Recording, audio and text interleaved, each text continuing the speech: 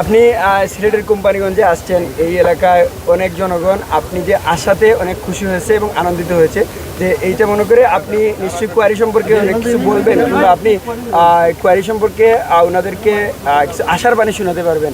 এই বিষয়ে এই কোম্পানিগঞ্জের জনগণ একটা প্রত্যাশা আপনার উপর আছে, সেক্ষেত্রে আপনার দেখেন, আলহামদুলিল্লাহ আমি দেশ এবং জনগণের স্বার্থে কাজ করি। দেশের কল্যাণ এবং জনগণের কল্যাণ যেখানেই আসে না কেন, আমি সেখানে নিজের উদ্যোগী ভূমিকা পালন করি। এটা আমার একটা অভ্যাস। আমার রাজনীতি, আমার এই চেষ্টা এবং সাধনা দেশের কল্যাণের জন্য, জনগণের কল্যাণের জন্য।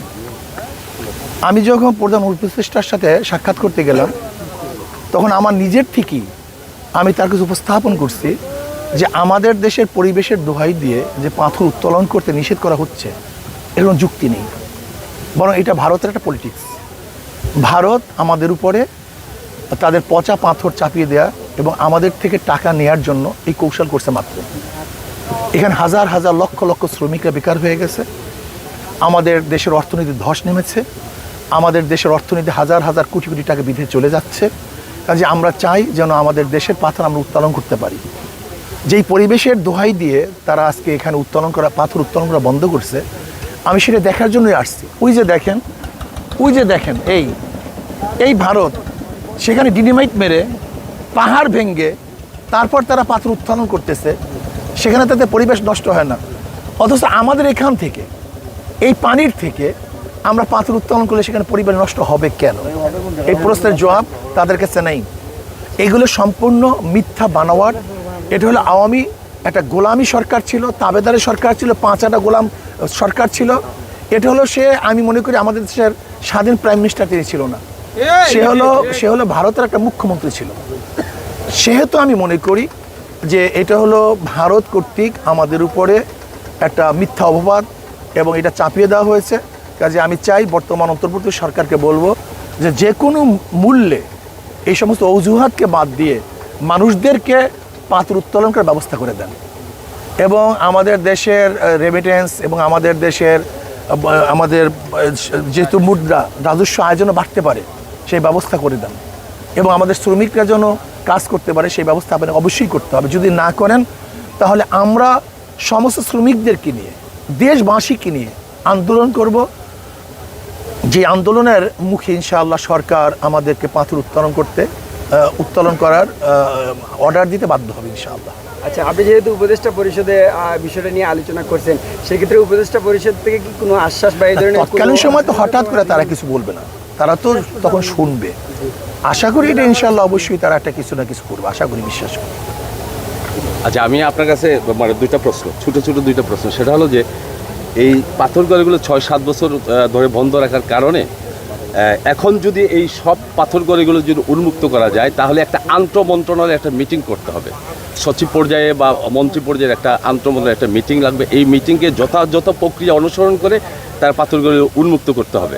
তো এই যথাযথ প্রক্রিয়া অনুসরণ করতে গেলে আপনি প্রধান উপদেষ্টা বা সংশ্লিষ্ট উপদেষ্টা বা সংশ্লিষ্ট সচিবদের সাথে কথা বলে একটা আন্তঃমন্ত্রণালয়ের একটা মিটিং, একটা ব্যবস্থা করতে হবে। সেটা আপনি এই সরকারের সাথে আলোচনা করে উদ্যোগ নেবেন? দেখেন, একটা কথা বলছি, যে উদ্যোগ নেওয়ার দরকার আমি সব উদ্যোগ গ্রহণ করব। কি পরিবেশ সৃষ্টি করতে হবে সরকার ভালো বুঝে। এখানে যদি হাইকোর্টের রায় আছে, যদি তারা বলে হাইকোর্টের রায়টাকে ভ্যাকেট করে দেওয়া হোক, বা শেষ, এত কিছু নাই তো। এটা তো আগের থেকে চলমান, এটা নতুন না, তো নতুনভাবে চলবো, নতুনভাবে আইন করতে হবে। এটা আগের থেকেই আইন কারণে চলমান। যে এটা স্থগিত করা হয়েছে, সেই স্থগিত উঠাই নিলে তো সব চলমান। এখানে নতুন কোনো সমস্যার কিছু নাই তো। অন্য কোনো খুব আপনার পিছনটা মানুষগুলি এত গোলাগঞ্জ পাথরগড়ি পরিদর্শন করেছেন। এখানে সিলেটে আরও বেশ কিছু পাথরগড়ি রয়েছে, জাফলং, বিছনাকান্দি, শ্রীপুর, লালাখাল, লুবা, জাদুকাটা। এই সমস্ত পাথরগড়িগুলো কিন্তু লক্ষ লক্ষ শ্রমিক বেকার। তা আপনি সব পাথরগড়িগুলো পরিদর্শন করবেন কিনা, বা সব? আমি এগুলি মোটামুটি আমার আগের থেকে পরিদর্শন করা আছে বিধায় তো আমার মাথার মধ্যে এটা ছিল যে, এবং আমি তো সব জায়গায় মোটামুটি ঘুরছি, দেখছি। এটা আমার কাছে একেবারে ওপেন, এটা আমার কাছে স্পষ্ট যে এটা সম্পূর্ণ আমাদের জুলুম, এটা অত্যাচার, এটা অবিচার। এটা ভারতের চাপানোটা সিদ্ধান্ত, এই সিদ্ধান্ত আমাদের না, এটা ভারতের চাপানো সিদ্ধান্ত। কাজে ভারতের চাপানোর সিদ্ধান্ত বাংলাদেশ মানতে যাবে কেন? এটা আমাদের দেশের স্বার্থ, আমাদের সম্পদ আমরা উত্তোলন করব। আমাদের রাজস্ব আয় বাড়বে, আমাদের শ্রমিকরা তারা বেকার থাকবে না, তাদের খাদ্য বস্ত্র অন্যের ব্যবস্থা হবে। আমাদের শ্রমিকরা আজকে ক্ষুধার্ত অবস্থায় আত্মহত্যা করছে, এটা আমাদের জন্য সবচেয়ে বড় ডিফিকাল্ট ব্যাপার। আমি এটা হতেই পারে না। সর্বশেষ একটা ছোট্ট একটা প্রশ্ন, সেটা হলো যে এই হাজার হাজার লক্ষ লক্ষ শ্রমিক বেকার হওয়ার কারণে বালু এবং পাথর উত্তোলন করতে পারতেছে না। আমার কোম্পানিগঞ্জ, বিছনাকান্দি, জাফলং বা বিভিন্ন কোয়ারিতে 40 থেকে 50টা বাড়কি নৌকা, তারা বালু উত্তোলন করে তারা জীবিকা নির্বাহ করে। অনলি 50 থেকে 100টা হবে। আমি প্রতিটা আইনশৃঙ্খলা কমিটির মিটিংয়ে এই নিয়ে ইউনো ওসি সাহেবের সাথে যুদ্ধ করি, তারপরেও প্রতিনিয়ত তারা অভিযান দেয়, মানুষ ধরে চালান দেয়, আপনার সাজা দেয়। এই তাৎক্ষণিকভাবে অন্ততপক্ষে শ্রমিকদের উপর যাতে কোনো নির্যাতন না হয় সেই বিষয়ে আপনি ডিসি এবং এসপি এবং সংশ্লিষ্ট সচিবদের সাথে একটু যদি কথা বলেন, তাহলে এই 3-4টা উপজেলার মানুষ উপকৃত হবে। দেখো ইনশাল্লাহ আমি বলবো, আমি চেষ্টা করবো ইনশাল্লাহ, সবাইকে বলার চেষ্টা করবো ইনশাল্লাহ, এবং এটা যেন আমাদের সলভ হয়ে যায়, যে সমস্যাটা আছে রেস্তায় সলভ হয়, এই ব্যাপারে ইনশাল্লাহ আমি চেষ্টা করবো। আমার সাধ্য চেষ্টা করতে হবে। মনে রাখতে হবে যে শ্রমিকরা, যেহেতু এটা বিদেশে একটা আগ্রাসন, এটা ভারতের চাপানো একটা অবৈধ কাজে সে তো চেষ্টা করবে যেন এটা না হয়। আর ভারতের দালালরা তো সব জায়গায় আসছে। আপনাদেরকে অবশ্যই মনে রাখতে হবে, আমাদের প্রত্যেকটা জায়গাতে, আমাদের প্রত্যেকটা শাখাতে কিন্তু ভারত কর্তৃক নিয়োজিত ব্যক্তিরা আছে, সব জায়গায় এরা ভারত কর্তৃক নিয়োজিত। কাজে ভারত কর্তৃক নিয়োজিত কোনো আমলারা চাইবে না যে এখান থেকে আমাদের রাজস্ব আয় হোক, আমাদের শ্রমিকরা এখানে খাটুক, আমাদের ব্যাংকিং অবস্থা আরও ভালো হোক, আমাদের রিজার্ভ বাড়ুক। এটি কিন্তু আমাদের ভারত কর্তৃক আমলারা চাইবে না। তারা বিভিন্ন কজ দেখাবে, অথচ শত শত বছর পর্যন্ত এখান থেকে পাথর উত্তোলন হয়ে আসছে, তখন পরিবেশ নষ্ট হয় না। হঠাৎ করে পরিবেশ নষ্ট হওয়ার কারণটা কি? এটা কোনো যুক্তি কোনো কারণ নেই, এটা সম্পূর্ণ ভারতের অবৈধ চাপানো একটা যুক্তি। কাজে আমরা চাই, সরকারকে অনুরোধ করব, কোনো অবস্থাতেই আমরা এই আইন মানতে পারি না। এই পরিবেশের দোহাই দিয়ে আমাদের রাজস্ব আয়ের ব্যাহত হোক, এটা আমরা চাই না। আমি একটু পরে আসছি, এনটিভিতে কাজ করি।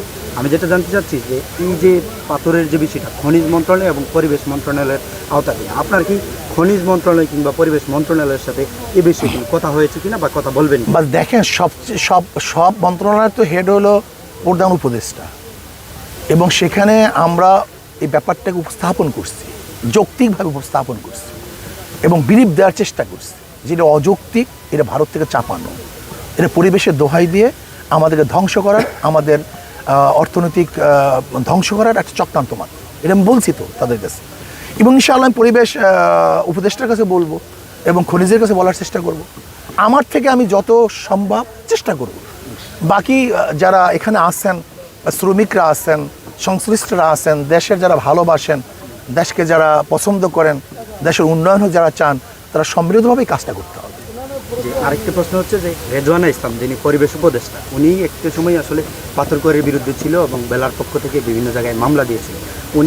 আমি যেটা মনে করি যে ওনাকে বিভিন্নভাবে ভুল তথ্য দিয়ে আসলে এই কাজগুলো করানো হয়েছে। আপনি এখন যে আপনি নিজে পরিদর্শন করে গেলেন এবং বাস্তব যে বিষয়টি, এটি যদি ওনাকে, আমি তো স্পষ্ট বলবো যে এই পাথর কোয়ারি, এখান থেকে পাথর উত্তোলন করাতে যারাই বাধা দিবে, যারা এটার বিপক্ষে থাকবে, আমি মনে করি তারা ভারত কর্তৃক, এরা ভারতের চিন্তাভাবনা লালন করে, বাংলাদেশের চিন্তাভাবনা তারা লালন করে না, সে যেই হোক না কেন। এটা আমি মনে করি এটা ভারতের চিন্তাভাবনা লালন করে, এদেশের চিন্তাভাবনা লালন করে না। আপনাদের সবাইকে ধন্যবাদ।